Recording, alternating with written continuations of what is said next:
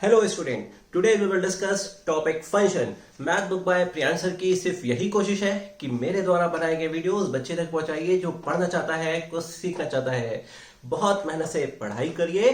चलिए आप और हम मिलकर पढ़ाई करते हैं। ईमानदारी से पूरी कोशिश करूंगा कि मेरी हर एक बात आप तक पहुंचे। तो चलिए देखते हैं what is function. Have a look students on board. देखिए फंक्शन के बारे में बात करते हैं। आपने फंक्शन का नाम सुना होगा, क्लास 11th में भी आपने नाम सुना होगा, पढ़ा भी होगा, इसकी जानकारी भी की होगी। बट देखिए यहाँ पे फंक्शन के बारे में कुछ जानते हैं। जैसे लिखा हुआ है let A and B two non empty sets.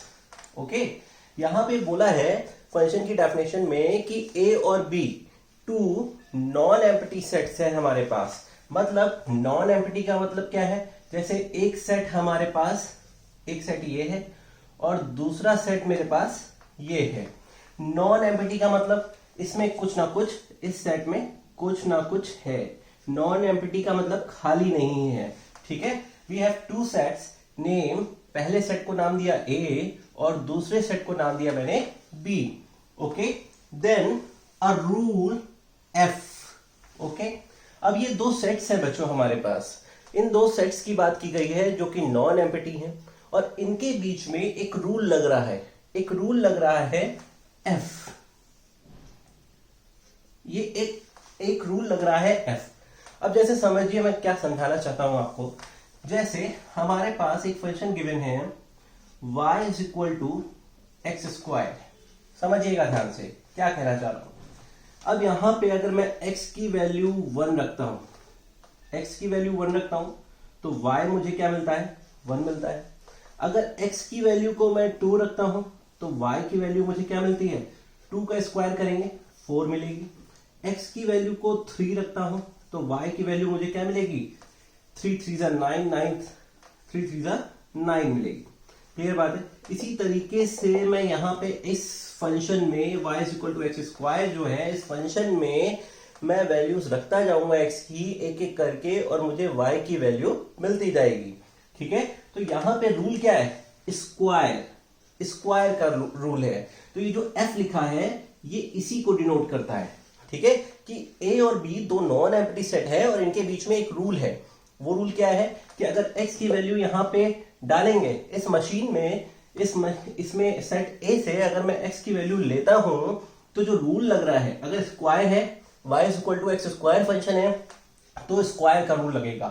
तो जैसे यहां पे मैंने 1 है मेरे पास, रूल लगा, मैंने कहा f ये हमारे पास दिया है, f क्या है? फंक्शन क्या है? y is equal to X square. तो स्क्वायर का रूल लगा, यहाँ पे 1 मिला मुझे। 2 रखा यहां से तो मुझे वहां क्या मिला? 4 मिला। 3 रखा तो मुझे वहां क्या मिला? 9 मिला। ठीक है, इस तरीके से हम वैल्यूज रखेंगे और फंक्शन का जो रूल है, मान लीजिए अगर यहां पे दिया होता हमें y is equal to X cube तो क्या होता? रूल चेंज हो जाता। मैं क्या करता? अगर y is equal to X cube है, यहां समझ लीजिए इसको, y is equal to X cube है। अगर मैंने x की वैल्यू 1 रखी तो y तब भी 1 मिलेगा। अगर x की वैल्यू 2 रखता तो y मुझे क्या मिलता? यहां 2 रखते तो y मुझे क्या मिलता? 2 2 जा 4, 4 2 जा 8। यहाँ पे 2 रखते, 2 का क्यूब होता 8 आता। अगर x इक्वल टू 3 रखते तो y क्या मिलता? 3 जा 9, 9 3 जा 27। तो हमारा ये रूल चेंज हो जाता। ठीक है, रूल हमारे पास कौन सा हो जाता? क्यूबिक का रूल हो जाता। तो यहाँ पे क्यूब होता, मतलब कोई भी नंबर अगर मैं इस यहाँ पे इनपुट करता तो मुझे उस रूल के अकॉर्डिंग यहाँ पे आउटपुट मिलता है। ठीक है, अगर f जो है हमारा ये है तो हमें ये चीज मिलेगी। अगर f हमारा ये है तो हमारा सेट a ये है और सेट b ये है। a सेट ये हो गया, b सेट ये हो गया और इनके बीच में रूल लगा हुआ है। वो कौन सा है? क्यूबिक। तो रूल का मतलब ये है कि फंक्शन क्यूबिक हो सकता है, स्क्वायर हो सकता है, x प्लस 1 हो सकता है, x माइनस 1 हो सकता है, कोई भी पॉलिनोमियल हो सकता है यहाँ पे फंक्शन की जगह पे। ओके, ट्रिग्नोमेट्रिक भी हो सकता है। तो फंक्शन है, फंक्शन में रूल का मतलब यही है जो मैंने आपको बताया है। जैसे यहाँ पे स्क्वायर रूल लगा है, यहाँ पे क्यूबिक रूल लगा है। ठीक है, तो x को इनपुट करेंगे तो y हमें उस रूल के अकॉर्डिंग मिलता है। x को इनपुट करेंगे तो y हमें उस रूल के अकॉर्डिंग मिलता है। ठीक है, from a to b which associates which associates each element x belong to A। x किस में बिलोंग करता है? ये देखिए, ये जो x है, जो मैंने x ये दिखाया है आपको, ये किस में बिलोंग करता है? मैंने कहा सेट A में x के एलिमेंट बिलोंग करते हैं to a unique element of fx। Unique element मतलब एक सिंगल एलिमेंट को एसोसिएट करते हैं। जैसे 1 का एसोसिएशन किसके साथ हो रहा है? 1 के साथ, 2 का एसोसिएशन 4 के साथ, 3 का एसोसिएशन 9 के साथ, इस रूल के अकॉर्डिंग, एक्स स्क्वायर रूल के अकॉर्डिंग। ठीक है, तो देखिए यहां पे हमारे पास x1 x2 x3 है और वहां पे f1x f2x और f3x है। ठीक है, fx जैसे according to this definition x belong to set A and fx belongs to set B is called a function or mapping from A to B। Mapping from A to B, इस procedure को हम क्या बोलते हैं? Mapping from A to B।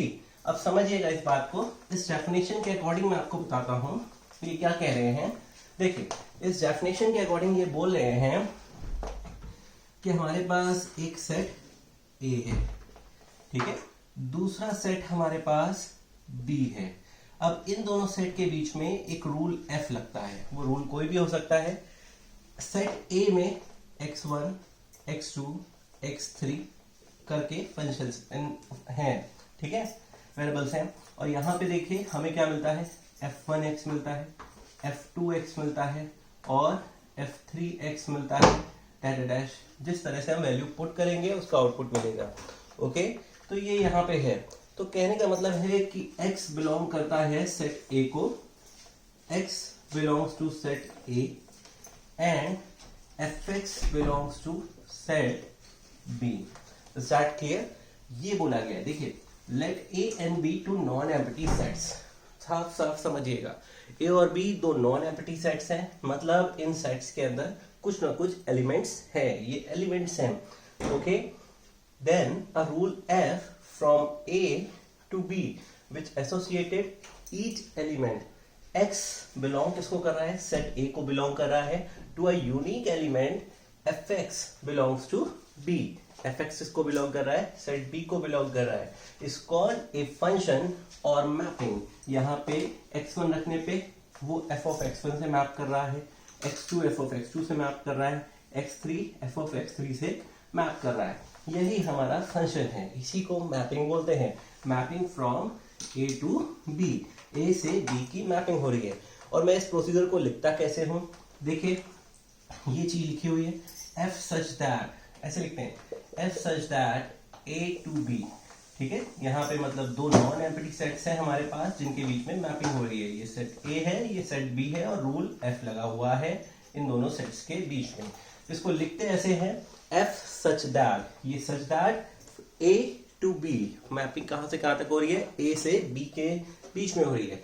अगर मान लीजिए इसी जगह अगर मैं कह दूं ये इस तरह से लिखा हो B to A, तो ये सेट क्या हो जाएगा? B हो जाएगा और ये सेट क्या हो जाएगा?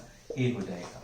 ये समझिएगा, जो पहले लिखा है वो x को डिनोट करता है और जो बाद में लिखा है वो फंक्शन की वैल्यू को डिनोट करता है, रखने पर, इनपुट करने पे जो आउटपुट मिलता है। ठीक, अच्छा, अब एक चीज समझिएगा और सेट A के जो एलिमेंट्स हैं, ठीक है, ये जो सेट A होता है इसको हम बोलते हैं डोमेन। क्या बोलते हैं? डोमेन। अच्छा, इसको क्या बोलते हैं?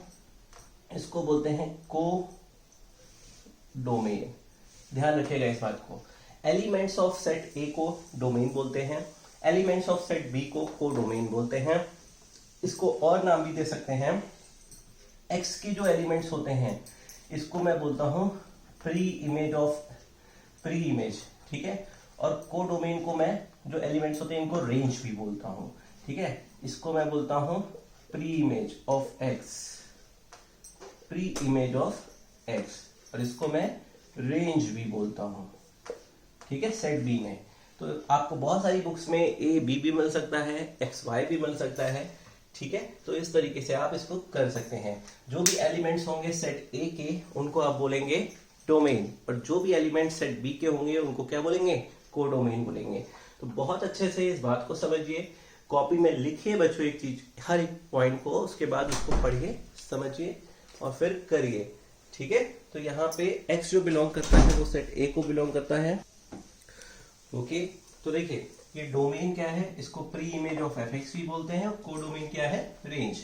तो एक बार बहुत अच्छे से इसको समझ लीजिए। ओके, तो एक बार देख लीजिएगा, इस बात को समझिएगा बहुत अच्छे से।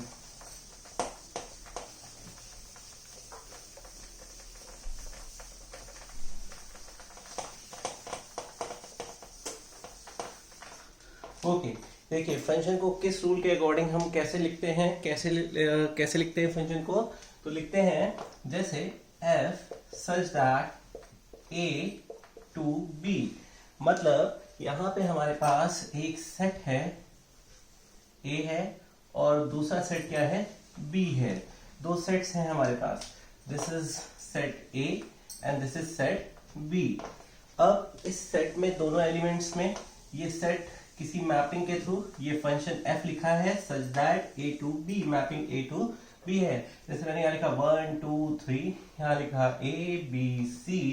अब मैप करते हैं इसको, 1 को मैंने मान लीजिए b से मैप कर दिया है, 2 को मैंने a से मैप कर दिया और 3 को मैंने c से मैप कर दिया है। ठीक है, तो फंक्शन की मैपिंग है। रूल भी मैंने आपको बताया है कि रूल क्या होता है फंक्शन में, ये f जो होता है ये रूल होता है, इसके अकॉर्डिंग मैप करते हैं हम लोग फंक्शन को। अब देखिए सेट A जो होता है इसको मैं बोलता हूं डोमेन, ठीक है, और प्री इमेज ऑफ fx, ये जो डोमेन भी बोल सकते हैं और प्री इमेज ऑफ fx, ये जो fx है इसकी प्री इमेज है। अच्छा, इसको क्या बोलते हैं, इसको बोलते हैं रेंज और कोडोमेन, इसको मैं कोडोमेन भी बोलता हूं। ठीक है,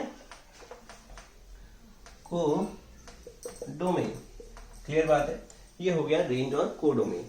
अगर मुझे fx सेट fx को लिखना है तो मैं कैसे लिखूंगा, सेट ऑफ fx, मैंने लिखा fx, इसमें जो x होता है वो किसको बिलोंग करता है, a को बिलोंग करता है। ठीक है, ये हमारा कोडोमेन fx है। तो ये सारी बातें फंक्शन के बारे में है। फंक्शन को पढ़ते हुए ही हम ITF को सीख सकते हैं कि ITF कैसे हम ITF की बात करेंगे, इनवर्स ट्रिग्नोमेट्रिक फंक्शन। तो फंक्शन के टाइप्स हैं, अभी तो हमने फंक्शन के बारे में जाना, अब हम फंक्शन के टाइप्स के बारे में जानते हैं। जैसे 1-1 function, onto function, 1-1 and onto function, जिसको मैं बाइजेक्टिव फंक्शन बोलता हूँ। और किसी भी इनवर्स फंक्शन के लिए 1-1 और ऑनटू फंक्शन का होना जरूरी है। अगर फंक्शन 1-1 और ऑनटू होगा तभी मैं उसको बोलूंगा बाइजेक्टिव फंक्शन, और जब फंक्शन बाइजेक्टिव होता है तभी मैं फंक्शन का इनवर्स निकाल सकता हूं। तो उसके लिए मुझे ये जानना बहुत जरूरी है कि फंक्शन क्या होता है और फंक्शन के टाइप्स क्या होते हैं। तो चलिए आगे पढ़ते हैं फंक्शन के टाइप्स। ओके बच्चों, अब बात करते हैं टाइप्स ऑफ फंक्शन की। देखिए बहुत अच्छे से इसको समझिएगा, टाइप्स ऑफ फंक्शन। तो सबसे पहला टाइप हमारे पास होता है 1-1 function. Okay, 1-1 function, first type of function 1-1 function. इसको एक नाम और देते हैं इंजेक्टिव फंक्शन, इसको इंजेक्टिव फंक्शन भी बोलते हैं। ध्यान रखिएगा इस बात को, 1-1 फंक्शन, इंजेक्टिव फंक्शन।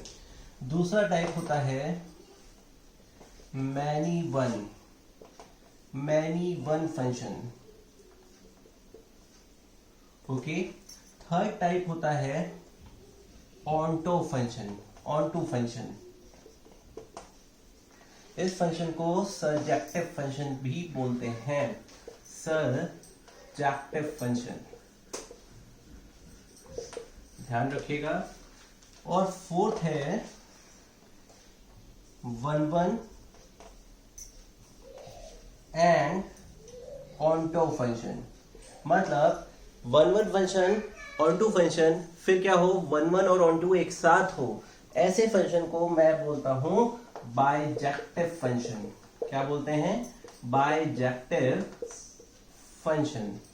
ध्यान रखिएगा इस बात को। ये फंक्शन 4 टाइप्स के हैं हमारे पास, 1-1 function, many one function, 1-1 function, many one function, फिर ऑनटू फंक्शन, फिर 1-1 एंड ऑनटू फंक्शन, जिसको मैं बाइजेक्टिव फंक्शन बोलता हूं। नोट कर लीजिए। ओके बच्चों, बात करते हैं what is one one function, injective function. बहुत ध्यान से इसको समझिएगा, बहुत इजी है। A function f such that a to b is said to be one one function if distinct element of a, distinct element of a, बहुत ध्यान से समझिएगा क्या कह रहे हैं, distinct element of set a, मतलब सेट A का अलग अलग element, distinct element of set A have distinct images in B, मतलब सेट A के हर एक एलिमेंट के लिए हर एक अलग अलग एलिमेंट के लिए सेट B में हर एक एलिमेंट के अलग अलग इमेज होगी। मतलब कहने का ये है कि एक सेट A है हमारे पास और एक सेट B है। 1 2 3 मैंने यहां पे लिखा, यहां पे A लिखा, B लिखा, C लिखा। कहने का मतलब ये है कि 1 की मैपिंग A से है तो A से ही है, 2 की मैपिंग मान लीजिए C से है और इसकी मैपिंग B से है। क्लियर बात है, ये चीज दी है। मतलब कहने का मतलब ये है कि सेट A का अलग अलग element, distinct element have image जो होगी वो सेट B में अलग अलग होगी। मतलब ऐसा नहीं है कि 1 की इमेज A है और 2 की भी इमेज A है, ये नहीं होना चाहिए। ठीक है, कहने का मतलब ये है। और अकॉर्डिंग टू दिस ये समझिए कि f of x1 is equal to f of x2, तो इसका मतलब क्या है कि x1 की भी x1 किसके इक्वल होगा, x2 के इक्वल होगा, तभी ये चीज एग्जिस्ट करेगी, तभी ये चीज एग्जिस्ट करेगी। इसको मैं बताता हूं आपको। तो सबसे पहले इस बात को समझ लीजिए जो मैंने आपको बतानी चाहिए, और ध्यान से इसको समझिएगा कि जैसे एक सेट A है हमारे पास, एक सेट B है हमारे पास, इनके बीच में कोई रूल है F है। ठीक है, तो यहाँ पे ये x1 है, यहाँ पे ये x2 है, और यहाँ पे ये f of x1 है और यहाँ पे ये f of x2 है। तो कहने का मतलब है कि x1 की इमेज f of x1 है और x2 की इमेज f of x2 है। अगर f of x1 और f of x2 इक्वल है तो कहने का मतलब ये है कि ये x1 और x2 एक ही है, अलग अलग नहीं होंगे। अगर f of x2 और f of x1 इक्वल है, ठीक है, तब क्या होगा कि x1 x2 इक्वल होंगे, पर यहाँ पे ऐसा नहीं है। यहाँ पे x1 को मान लीजिए मैं 1 ले लेता हूँ, x2 को मैं 2 ले लेता हूँ, और यहाँ पे f of इसको मैं a ले लेता हूँ और इसको मैं b ले लेता हूँ। क्लियर बात है। तो देखिए वन वन फंक्शन कहता क्या है कि x के अलग अलग एलिमेंट की इमेज y के यानी सेट B के, इसको सेट A को आप x भी समझ सकते हैं और इसको सेट Y भी समझ सकते हैं, या A कह लीजिए या इसको B कह लीजिए। ठीक है, सेट A के अलग अलग एलिमेंट की, सेट A के अलग अलग एलिमेंट की, ये A और B इसलिए लिखना है बिकॉज ये डिफाइंड है, यहाँ पे मैपिंग A टू B है। अगर ये X टू B डिफाइंड होता तो मैं यहाँ पे X लिख लेता और यहाँ पे Y लिख लेता। ठीक है, सेट X के अलग अलग एलिमेंट की इमेज Y में अलग अलग है, ये बात को ध्यान रखना है आपको, ये बोला गया है हमसे। ठीक है, अगर दो फंक्शन वैल्यूज बराबर होती हैं तो इसका मतलब x1 और x2 भी आपस में इक्वल होंगे। ठीक है, कभी भी ये हमारा वन वन फंक्शन नहीं होगा। इसको देखिए कि जैसे 1 है 2 है a b, 1 की मैपिंग भी a से हो रही है और 2 की मैपिंग भी a से हो रही है, तो ये हमारा वन वन फंक्शन नहीं है, बट ये हमारा वन वन फंक्शन है। क्लियर बात है, मतलब एक इनपुट एक आउटपुट, एक इनपुट एक आउटपुट, उसे बोलते हैं वन वन फंक्शन। क्लियर बात है आप सभी को। उसी फंक्शन को मैं वन वन फंक्शन बोलता हूं जिसमें एक इनपुट हो और एक आउटपुट हो। तो जरा ध्यान दीजिएगा, जैसे हमारे पास कोई फंक्शन है यहाँ पे 1 2 3 4 और यहाँ पे कोई फंक्शन है a b c d। समझिए इस बात को, 1 की मैपिंग a से कर दी मैंने, 2 की मैपिंग b से कर दी, 3 की मैपिंग c से कर दी, 4 की मैपिंग d से कर दी। तो देखिए एक इनपुट के लिए एक आउटपुट है, एक इनपुट के लिए एक आउटपुट है, एक इनपुट के लिए एक आउटपुट है, ठीक है, और एक इनपुट के लिए एक आउटपुट है। ऐसे फंक्शन को मैं वन वन फंक्शन बोलता हूं। वन वन फंक्शन को इंजेक्टिव फंक्शन भी बोलते हैं और इसको मैं इस तरीके से भी लिख सकता हूं, वन वन। ठीक है, वन वन फंक्शन। अच्छा, अब इसी को और अच्छे से देखें, कई सारे आपको चीजें दिखा दूं जिससे आपको कंफ्यूजन ना हो वन वन फंक्शन में। जैसे समझिएगा, यहां मैंने लिखा 1 2 3 A B C और D, ये मैंने लिखा। या अभी पहले मैं इसको ऐसे कर लेता हूं। अच्छा, 1 की मैपिंग D से है, ठीक है, 2 की मैपिंग A से है, 3 की मैपिंग C से है, 4 की मैपिंग D से है। ये भी क्या है, एक इनपुट के लिए एक आउटपुट है, ठीक है। मतलब देखिए एक चीज और होती है इसमें, हम इसको ऐसे लिख सकते हैं कि f ऑफ 1 की वैल्यू कितनी है, A है, f ऑफ 2 की वैल्यू कितनी है, B है, f ऑफ 3 की वैल्यू कितनी है, C है। आप समझ रहे होंगे मैं कैसे लिख रहा हूं। और f ऑफ 4 की वैल्यू कितनी है, D है, ठीक है। यहां से देखिए, मतलब इसका कहने का मतलब है कि ये x जो है, f ऑफ x ऐसे लिखते हैं ना, f ऑफ x लिखते हैं तो x क्या है, 1 है, तो इसकी मैपिंग अकॉर्डिंग टू रूल किससे है, a से है। देखिए a से है। f of 2 is equal to b, मतलब 2 जो है उसकी मैपिंग किससे है, b से है, इस रूल के अकॉर्डिंग, इसीलिए f यहां लिखा है। f ऑफ 3, तो मतलब 3 जो है f रूल के अकॉर्डिंग किससे मैप हो रहा है, c से।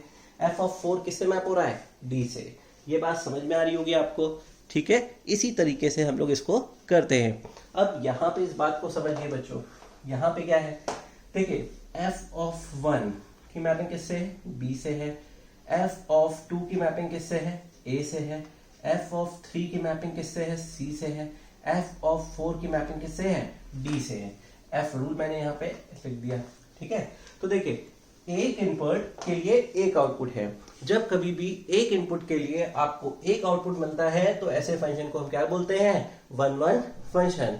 मतलब सेट A का हर एक अलग अलग एलिमेंट के लिए y में, सेट B में कोडोमेन में या रेंज वाले सेट में अलग अलग इमेज होती है। x के अलग अलग एलिमेंट के लिए सेट y में अलग अलग इमेज होती है।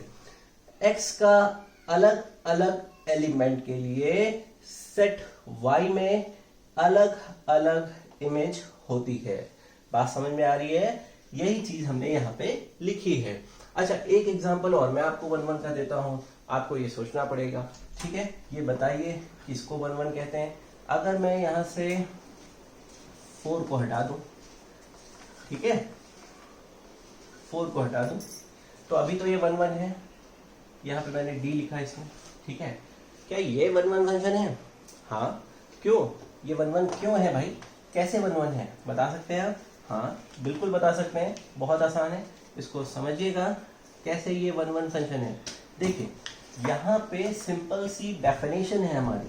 सिंपल सी डेफिनेशन क्या है, सिर्फ एक बात को ध्यान रखना है, x के अलग अलग एलिमेंट के लिए y में, x के अलग अलग एलिमेंट के लिए y में अलग अलग इमेज होनी चाहिए।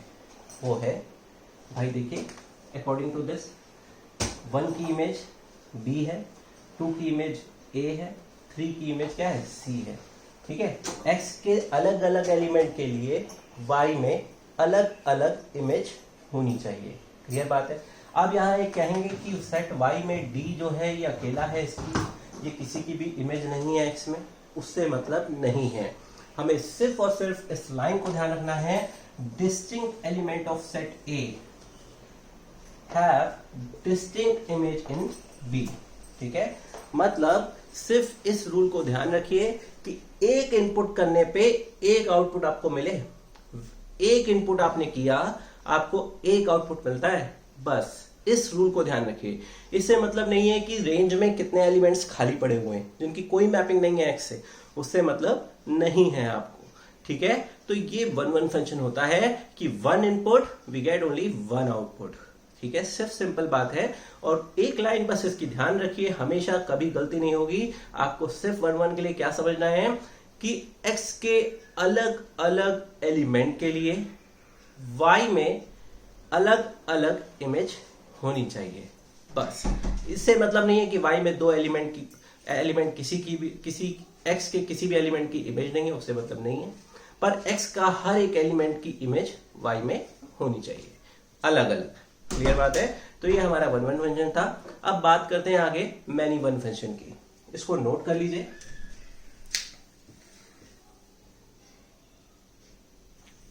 ओके बच्चों, after learning one one function we will discuss what is many one function. बिल्कुल इसको पढ़ते हुए क्लियर हो रहा होगा आपको कि मैनी वन मतलब मैनी इनपुट करें और एक आउटपुट आपको मिले। ठीक है, वन वन फंक्शन का मतलब क्या है? One input one output, one one function. इसको इस तरह से भी लिखते हैं, वन वन मतलब वन इनपुट और मिलेगा आपको वन आउटपुट। ये हमेशा ध्यान रखने वाली चीज है, one input we get one output, इस बात को ध्यान रखिएगा। बट यहां पे बोला जा रहा है मैनी वन फंक्शन। ठीक है, अ फंक्शन, देखिए पढ़िए एक एक लाइन को। A function F such that A to B, मतलब ये लिखा है F such that A to B. इसका मतलब क्या होता है? आपको मैंने बताया है कि जैसे एक सेट ए है, एक सेट बी है, इन दोनों सेट्स के बीच में एक रूल क्या है? एफ रूल चल रहा है। ठीक है, इसको थोड़ा सा मैं ऊपर लिख देता हूं। एक रूल एफ चल रहा है। ठीक है, अब देखिए यहां लाइन क्या है? इफ टू और more than two elements in set A have the same image in set B, मतलब दो या दो से अधिक, ठीक है, दो या दो से अधिक एलिमेंट्स जो कि सेट ए में है, जो कि डोमेन में है आपके, उनकी इमेज क्या हो? सेम हो सेट बी में। आपके पास ये सेट ए है और ये सेट बी है। कहने का मतलब ये है कि वन टू और यहाँ पे ए दिया हुआ है। कहने का मतलब ये है कि वन की इमेज भी ए है और टू की इमेज भी ए है। तो देखिए मैनी इनपुट किया आपने, मिला क्या? एक सिंगल आउटपुट आपको मिला। ठीक है, इसे मैनी वन फंक्शन कहते हैं। F1 इज इक्वल टू ए और F2 इज इक्वल टू ए। कहने का मतलब ये है कि दोनों की इमेज क्या है? सेम है। वन और टू दोनों की इमेज हमारे पास क्या है? सेम है। तो वही चीज कही जा रही है इसमें कि इफ टू और more than two elements in set A have the same image in B is said to be many one function.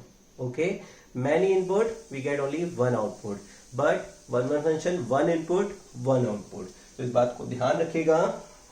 यहाँ पे एक एग्जांपल और इसका दिखा देते हैं आपको कि जैसे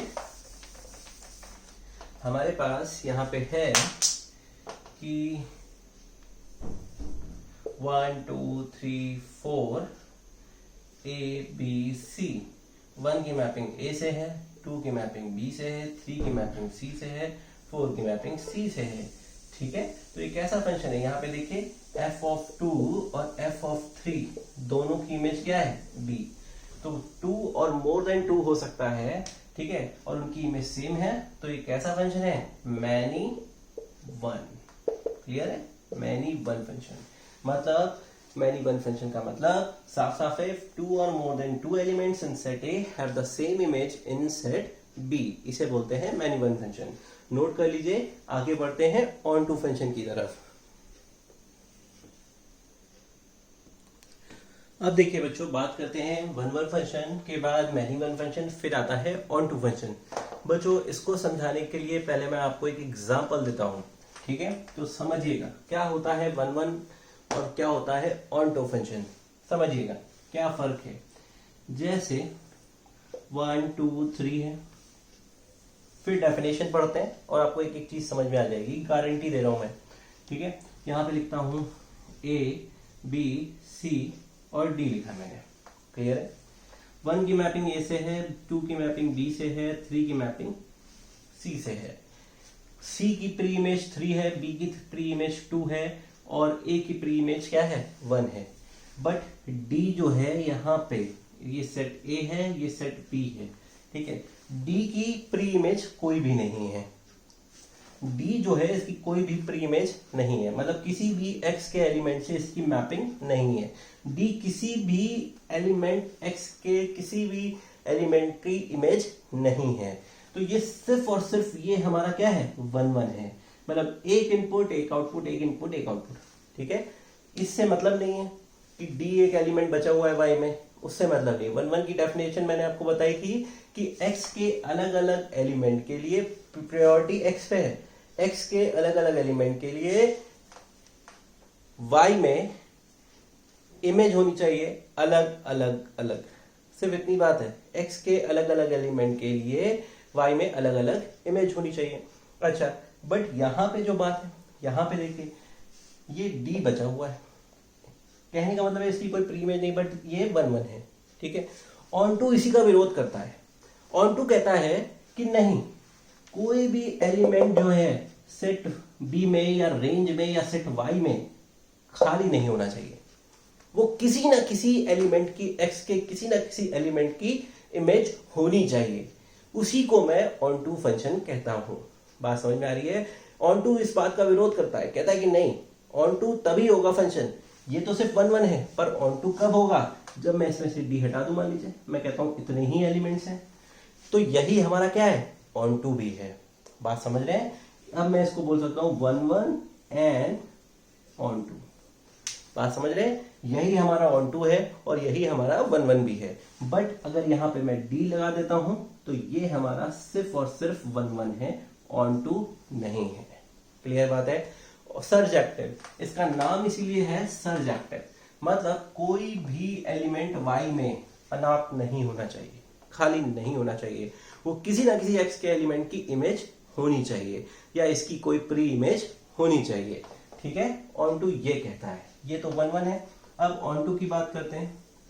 एक सेट हमारे पास है, यहाँ पे पढ़ते हैं definition. A function F such that A to B, इनके बीच में रूल लगा है, एफ रूल है, ठीक है। इस set to be onto और सर्जेक्टिव। ऑन टू का दूसरा नाम क्या है? सर्जेक्टिव, ठीक है। If every element in B,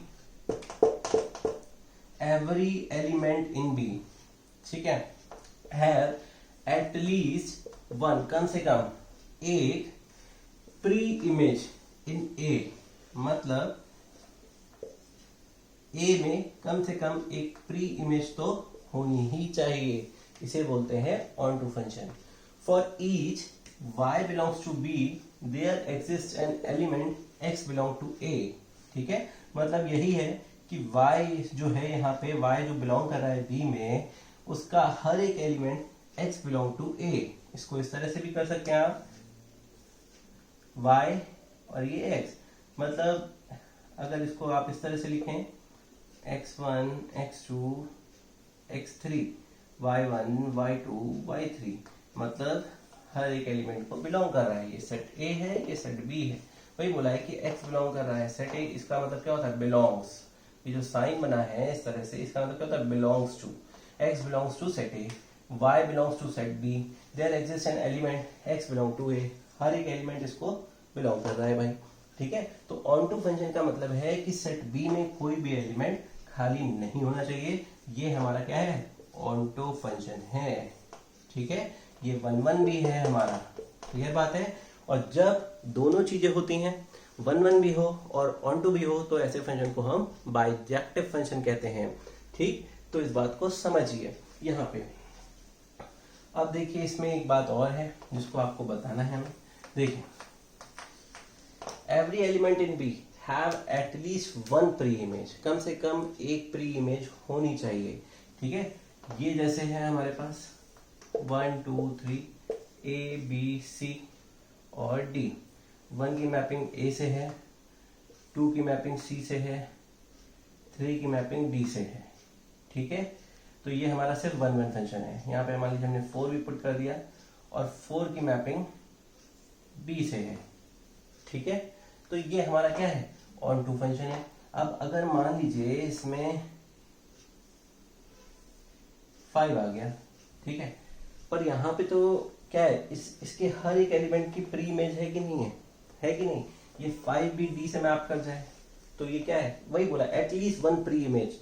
तो देखिए डी की 2 प्री इमेज है, एक 3 भी है और एक 5 भी है, ठीक है। 3 की वैल्यू भी डी है और 5 की वैल्यू भी डी है। ये तो मैनी वन फंक्शन भी है पर ये ऑन टू है, ठीक है। इस बात को ध्यान रखिएगा। तो ये हमारा 1 1 और ऑन टू की बात हो गई है। चलिए आगे बढ़ते हैं। बाइजेक्टिव फंक्शन और 1 1 ऑन टू फंक्शन भी इसी को बोलते हैं।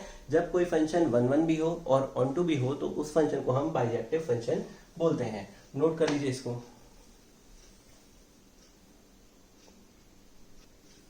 बच्चों अब बात करते हैं बाइजेक्टिव फंक्शन की।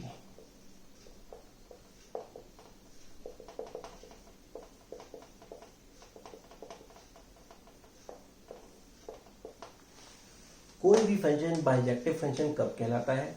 जब वो फंक्शन क्या हो, हमारा 1 1 हो एंड ऑन टू भी हो, तो ऐसे फंक्शन को हम बाइजेक्टिव फंक्शन कहते हैं। अच्छा, आईटीएफ जब हम पढ़ते हैं, ठीक है, आईटीएफ, इसको ध्यान रखिएगा। अब मैं शुरू करूंगा।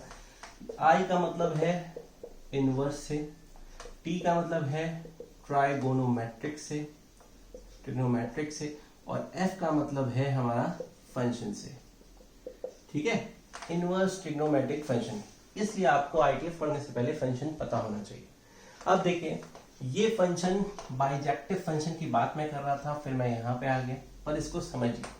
बाइजेक्टिव फंक्शन उस फंक्शन को कहते हैं जो फंक्शन हमारा 1 1 हो और ऑन टू हो। तो देखिए, हमने लिखा f such that x to y, मैंने ये लिखा। इसका मतलब क्या है कि हमारे पास एक सेट x है और एक दूसरा सेट क्या है, y है। क्लियर बात है? ये 1 है, ये 2 है, ये 3 है, ये a है, ये b है, ये c है, ठीक है। 1 की मैपिंग कहते हैं a से है, 2 की मैपिंग b से है और 3 की मैपिंग c से है। पहली चीज, 1 input 1 output, 1 input 1 output. x के अलग अलग एलिमेंट के लिए y में अलग अलग एलिमेंट्स है, इमेज है। x के अलग अलग एलिमेंट के लिए y में हर एक एलिमेंट x के अलग अलग एलिमेंट की अलग अलग इमेज है, ठीक है। तो ये 1 1 फंक्शन है।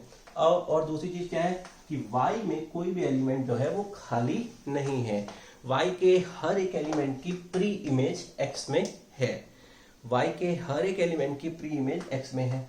तो ये फंक्शन साफ साफ हमें दिख रहा है, ये कैसा है, इसको क्या बोलेंगे, ये 1 1 है एंड क्या है, ऑन टू फंक्शन है। क्लियर बात है? अब कुछ बातों को समझिएगा। यहाँ पे हम क्या लिख सकते हैं, f ऑफ 1 की वैल्यू कितनी है, a है, f ऑफ 2 की वैल्यू कितनी है, b है, और f ऑफ 3 की वैल्यू कितनी है, c। ये मैंने यहाँ पे लिखा है। अब एक चीज देखिए, ये जब कोई भी फंक्शन 1 1 हो, ऑन टू हो, जब फंक्शन हमारा बाइजेक्टिव होता है, 1 1 ऑन टू हो, उसको बाइजेक्टिव बोलते हैं। अब क्या मैं इसको फ्लिप कर सकता हूँ? इसको अगर मैं फ्लिप कर दूं, फ्लिप करके भी लिख सकता हूं इसको, तो ठीक है, फ्लिप कर दूं अगर, तो मैं इसको इस तरह से लिख सकता हूं कि नहीं लिख सकता हूं? देखिए, फ्लिप कर दिया अगर मैंने,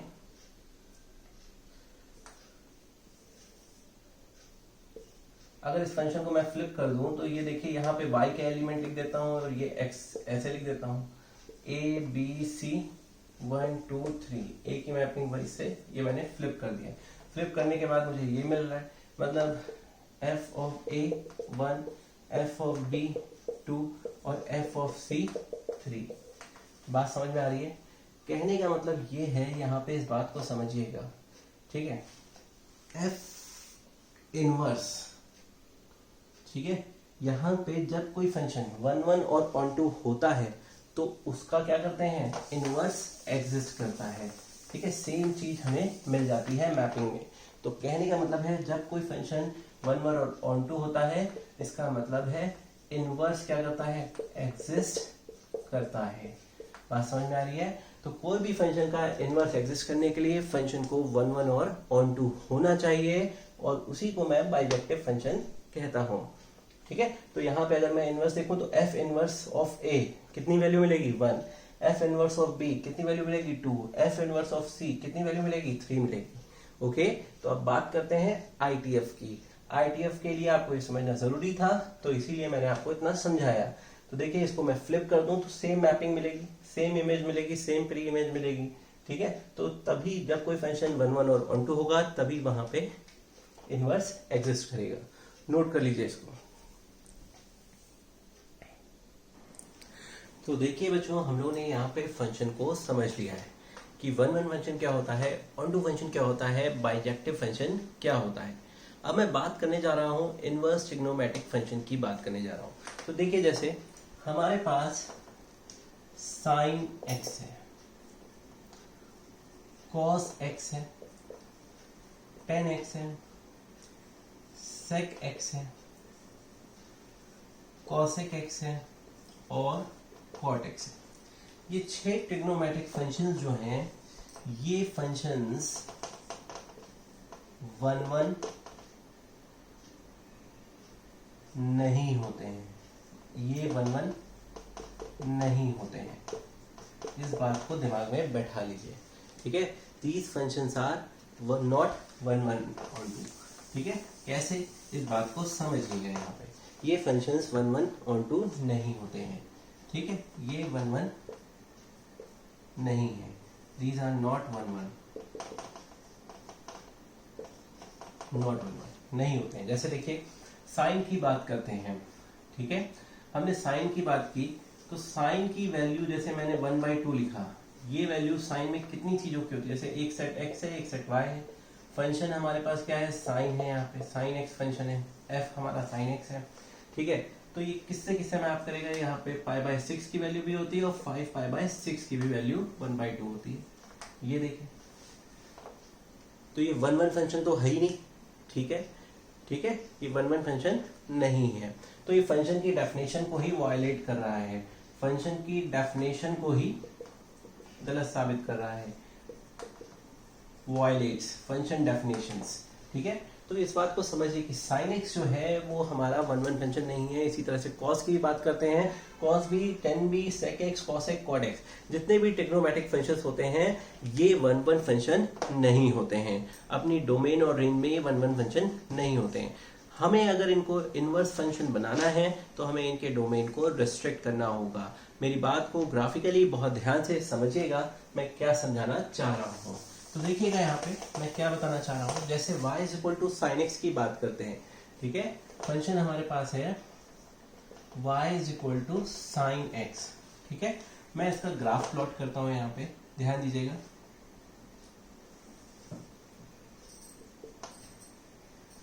sin x का ग्राफ बनाता हूँ मैं। तो देखिए sin x का ग्राफ जब मैं बनाता हूँ,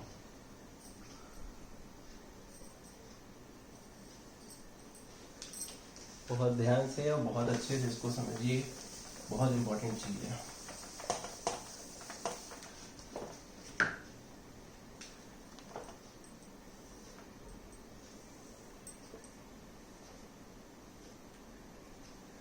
ये y एक्सिस है, this is our x axis.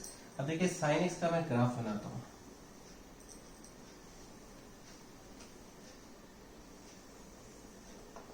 ये हमारा sin x का ग्राफ है, ठीक है। आपको पता है ये साइन की मैक्सिमम वैल्यू क्या होती है, 1 होती है, और ये क्या है, मिनिमम वैल्यू -1, ठीक है। साइन x की 0 पे वैल्यू क्या होती है, 0 पे वैल्यू साइन x क्या देता है, 0 देता है, ठीक है। अच्छा ये देखिए, ये हमारा कौन सा पॉइंट होता है, +π/2 का पॉइंट होता है। ये हमारा कौन सा पॉइंट होता है, पाई होता है। ये हमारा कौन सा पॉइंट होता है, 3π/2 होता है, और ये कौन सा पॉइंट होता है, 2π होता है। क्लियर बात है। इसी तरह से इसको समझ लीजिए, ये कौन सा पॉइंट होता है, -π/2 होता है। ये हमारा -π हो गया, यहाँ पे ये हिस्सा हमारा -3π/2 होता है, और ये आगे तक इधर जाएंगे तो ये हमारा क्या हो जाएगा, -2π हो जाएगा, ठीक है। अब according to this sin x जो फंक्शन होता है, इसकी रेंज होती है, इसका डोमेन जो होता है sin x का, वो होता है -∞ to ∞ ओपन ब्रैकेट में, और रेंज होती है क्लोज ब्रैकेट में -1 से 1 sin x की। जो sin x है, जो sin x ट्रिग्नोमेट्रिक फंक्शन है, उसका ग्राफ ये है हमारे पास। 0 पे वैल्यू 0 होती है, 90 पे 1 होती है, पाई पे 0 होती है, 3π/2 पे -1 होती है, ठीक है। इसको थोड़ा सा और अच्छे से आप बना सकते हैं, समझ रहे होंगे इस चीजों को, ठीक है। इस तरह से है, क्लियर बात है। तो ये चीजें हमारे पास यहाँ पे है, क्लियर बात है। अच्छा अब एक चीज देखिएगा, ये 1 फंक्शन है कि नहीं है, नहीं है। अब देखिए, अगर मैं x पे यहाँ पे कोई वैल्यू लेता हूँ और x पे यहाँ पे कोई वैल्यू लेता हूँ, तो देखिए यहाँ पे वैल्यू ली और यहाँ पे वैल्यू ली। अब इन दोनों वैल्यू को देखिए, ये दोनों वैल्यू क्या है, सेम मिल रही कि नहीं, x की दो अलग अलग वैल्यू को, x मतलब क्या है, ये x सेट हो गया हमारा डोमेन, और y क्या हो गया, हमारा कोडोमेन हो गया। x की दो अलग अलग पॉइंट के लिए y पे हमें एक ही पॉइंट मिल रहा है कि नहीं मिल रहा, एक ही वैल्यू मिल रही कि नहीं, एक ही फंक्शनल वैल्यू मिल रही है कि नहीं मिल रही है, ठीक है। तो यही हमारा क्या है, साइन कैसा फंक्शन है, वन वन फंक्शन नहीं है। बात समझ में आ रही है, ये मैनी वन फंक्शन में आ रहा है, क्लियर बात। तो इसको एक बात समझिए, हम क्या करेंगे, हम इसके डोमेन को रिस्ट्रिक्ट करते हैं। इनवर्स बनाने के लिए मैं साइन एक्स के ग्राफ में डोमेन को क्या करूंगा, रिस्ट्रिक्ट करूंगा। ऐसे साइन एक्स का डोमेन क्या होता है, माइनस इन्फिनिटी से इन्फिनिटी होता है, और रेंज क्या होती है, क्लोज ब्रैकेट में -1 to 1 होती है। साइन 90 की वैल्यू 1 होती है, इसलिए क्लोज ब्रैकेट लगाए। बात समझ रहे हैं, साइन -90 -1, इसलिए क्लोज ब्रैकेट लगाए। क्लियर बात है। y एक्सिस पे जो भी होता है वो रेंज है, और x एक्सिस पे जो भी है वो हमारी क्या है, डोमेन है। बात क्लियर है। तो x एक्सिस का ये पॉइंट देखिए, ये पॉइंट देखिए, हमें सेम वैल्यू दे रहा है कि नहीं y की, फंक्शनल वैल्यू सेम मिल रही है कि नहीं, यहाँ पे ये वैल्यू सीधी लाइन जा रही है कि नहीं, ये बिल्कुल सीधी लाइन जा रही है। ये हमें फंक्शनल वैल्यू क्या दे रहा है, सेम दे रहा है। अब भाई ये तो वन वन फंक्शन रहा नहीं, तो इनवर्स कैसे होगा इसका इनवर्स कैसे एग्जिस्ट करेगा, ठीक है, इसका इनवर्स नहीं एग्जिस्ट कर रहा है। तो इस बात को हमें समझना है, कैसे करेंगे डोमेन को रिस्ट्रिक्ट। अब मेरी बात को बहुत ध्यान से समझिएगा, मैं डोमेन को रिस्ट्रिक्ट कैसे करता हूँ। अगर मैं इसी साइन एक्स के फंक्शन में डोमेन को, ये जो डोमेन हमारा है -इन्फिनिटी से इन्फिनिटी, अगर मैं इसको रिस्ट्रिक्ट कर दूं, ठीक है, अगर इस डोमेन को मैं रिस्ट्रिक्ट कर दूं,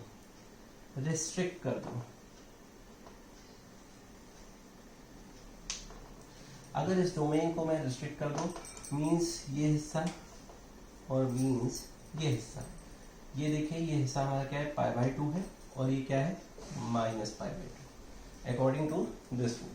आप अगर देखिए यहाँ पे x की कोई भी वैल्यू लीजिए, और यहाँ पे x की कोई भी वैल्यू लीजिए, आपको y की अलग अलग वैल्यूज मिलेंगी, सेम वैल्यूज नहीं मिलेंगी, ठीक है।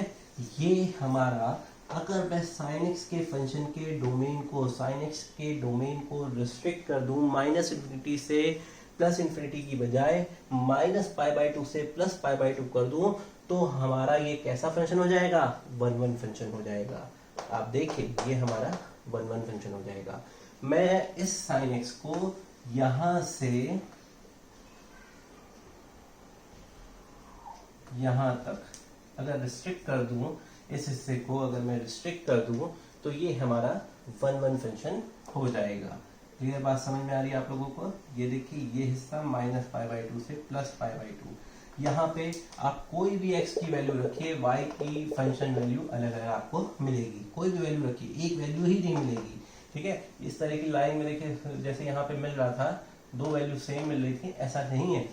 अगर मैं इसके डोमेन को रिस्ट्रिक्ट कर दूं, तो हमें कैसी वैल्यू मिलेगी, एक x की हर एक वैल्यू के लिए एक आउटपुट मिलेगा। मतलब एक इनपुट किया तो sin x हमें एक आउटपुट देगा, जब मैं इसके डोमेन को रिस्ट्रिक्ट कर दूंगा।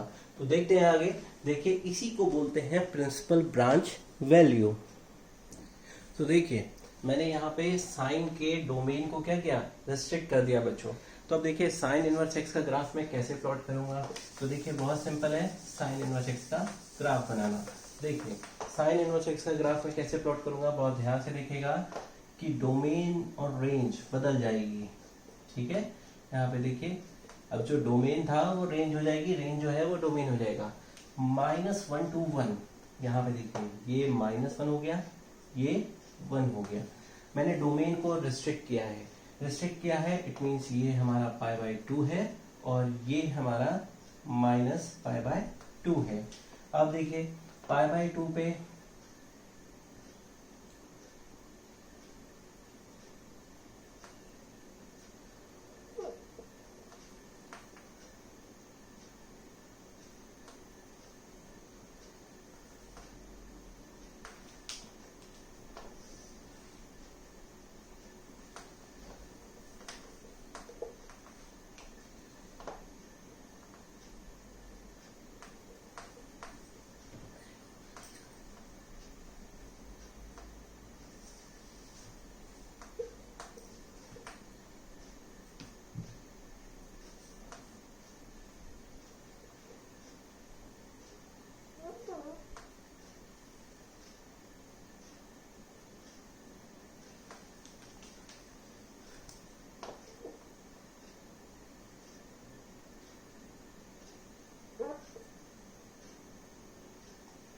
ठीक है, तो ये हमारा जो ग्राफ है, ये हमारा ग्राफ है y is equal to sine inverse x का। तो बच्चों समझ में आया, ये हमारा y is equal to sine inverse x का ग्राफ है। बहुत ध्यान से समझिए। अब देखिए इसकी डोमेन क्या है साइन इनवर्स x की, और प्रिंसिपल ब्रांच वैल्यू क्या है, ये चेंज हो जाएगी। अब यहाँ पे समझिएगा इसको बहुत ध्यान से।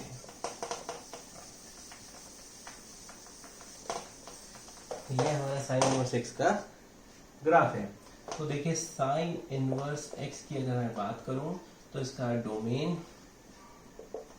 होता है -1 से 1, और प्रिंसिपल वैल्यू